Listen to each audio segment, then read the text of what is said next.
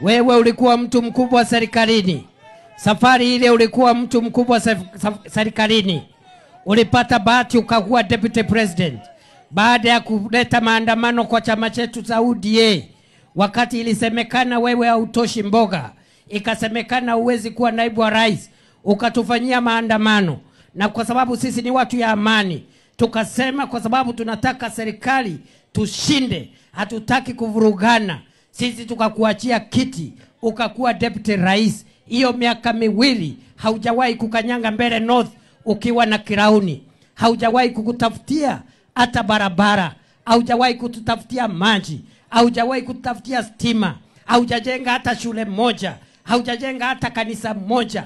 Saa ile umefukuzwa kwa sababu ya kimbelembele, kwa sababu ya kiherehere. Saa hii ndio unakuja kutuita Andoito. Ulikuwa wapi siku ile ulikuwa kwa kiti? La, ungetumia hiyo kirauni kusaidia watu ya Mbeere North.